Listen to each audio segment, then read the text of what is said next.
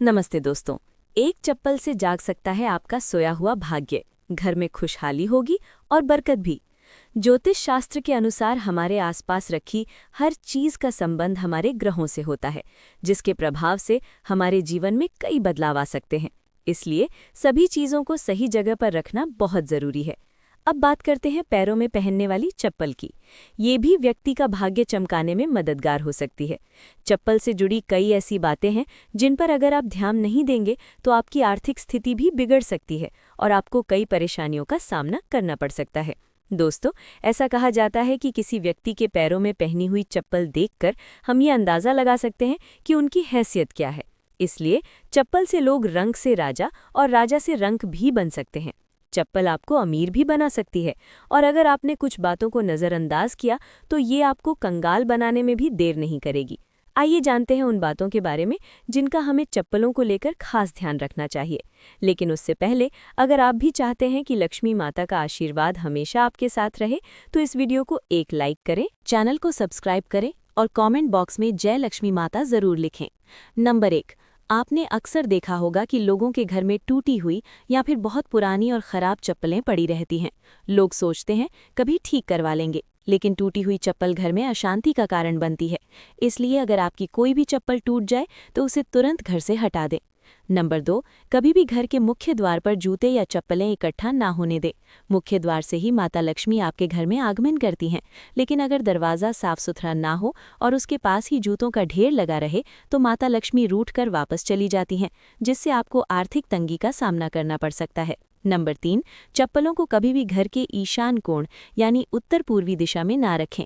ईशान कोण को भगवान का स्थान माना गया है और इस दिशा में भगवान का वास होता है। अगर आप इस दिशा में चप्पलें रखते हैं तो दुर्भाग्य आपका पीछा नहीं छोड़ता और घर में दरिद्रता का वास हो जाता है। नंबर 4, कई बार चप्पल उतारते समय एक चप्पल दूसरी के ऊपर रह जाती है। इस तरह चप्पलें छोड़ना बहुत अशुभ माना जाता है।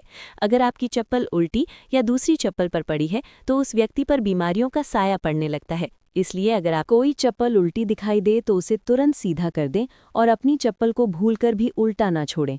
नंबर 5, घर में चप्पल को कभी भी दहलीज पर खड़ी करके नहीं रखना चाहिए। कई लोग चप्पल को सुखाने के लिए अपनी दहलीज पर खड़ा करके रख देते हैं। ऐसा करने से घर में नकारात्मक ऊर्जा उत्पन्न होती है और बरकत चली जाती है। ये विश्वास है कि चप्पल का इस तरह से रखना न केवल घर की शुद्धता को भंग करता है, बल्कि ये देवी देवताओं की कृपा को भी दूर कर सकता है। दहलीज को घर के प्रवेश का महत्वपूर्ण स्थान माना जाता है और इसे साफ सुथरा रखना जरूरी है। जब चप्पल या जूते इस जगह पर रखे जाते हैं तो ये न केवल दृश्य सौंदर्य को प्रभावित करता है, बल्कि ये घर में आने वाली सकारात्मक ऊर्जा के प्रवाह को भी बाधित करता है। नकारात्मक ऊर्जा का प्रभाव केवल हमारे मानसिक स्वास्थ्य पर ही नहीं, बल्कि परिवार के सदस्यों के बीच संबंधों पर भी पड़ सकता है। नंबर 6, कभी भी जूते चप्पल पहनकर भोजन न करें। इससे माता अन्नपूर्णा आपसे नाराज हो जाती हैं और दुर्भाग्य आपका पीछा नहीं छोड़ता। इसके अलावा घर की रसोई में जूते चप्पल पहनकर कभी प्रवेश न करें, क्योंकि ऐसा करना बहुत अशुभ माना जाता है। इससे आपके ग्रह खराब हो सकते हैं और संकटों का पहाड़ आप पर टूट सकता है। नंबर 7, घर के दरवाजे पर चप्पल उतारने से बरकत नहीं होती।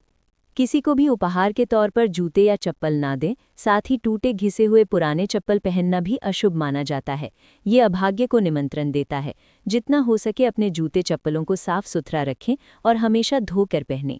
घर में जूते चप्पल इधर उधर ना छोड़ें। जिस घर में चप्पल बिखरे पड़े रहते हैं वहाँ शनिदेव का अशुभ प्रभाव पड़ता है। नंबर 8, अगर आप शनिदेव की कृपा पाना चाहते हैं तो किसी शुभ कार्य के लिए जाते समय या घर से बाहर निकलते समय फटे हुए जूते चप्पल पहनकर ना निकलें, क्योंकि फटे जूते चप्पल आपके कार्य में रुकावट डाल सकते हैं। ये विश्वास है कि फटे या टूटे हुए फुटवेयर का उपयोग करना शनिदेव को अप्रिय लगता है और इससे उनकी नाराजगी हो सकती है।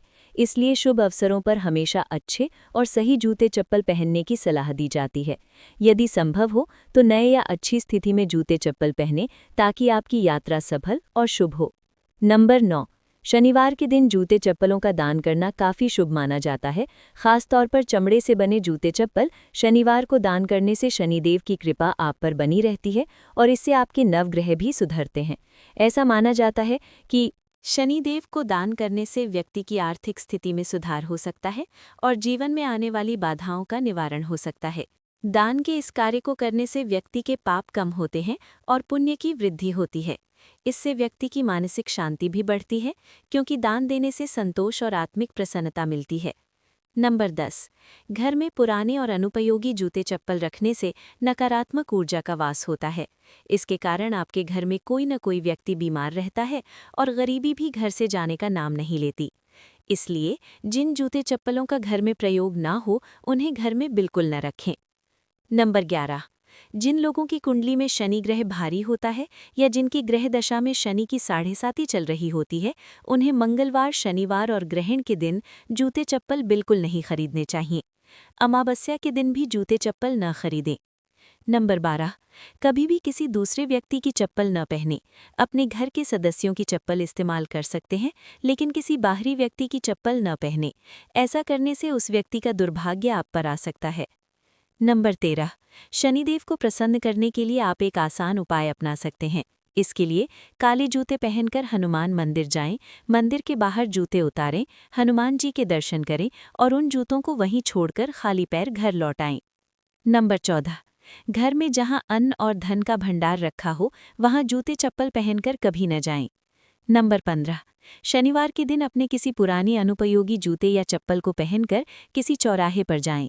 वहां जूते उतारकर भगवान से प्रार्थना करें कि आप अपनी धन से जुड़ी सभी समस्याओं को इन जूतों के साथ छोड़ रहे हैं। इसके बाद उन जूतों को वहीं छोड़कर घर वापस आ जाएं।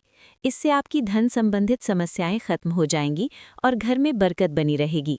दोस्तों, अगर आपको हमारी ये जानकारी अच्छी लगी हो तो वीडियो को एक लाइक ज़रूर करें, अपने दोस्तों के साथ शेयर करें और चैनल को सब्सक्राइब करना न भूलें, ताकि आपको हमारे नए वीडियो की नोटिफिकेशन मिलती रहे। वीडियो देखने के लिए आपका धन्यवाद। जय श्री राम, जय बजरंगबली।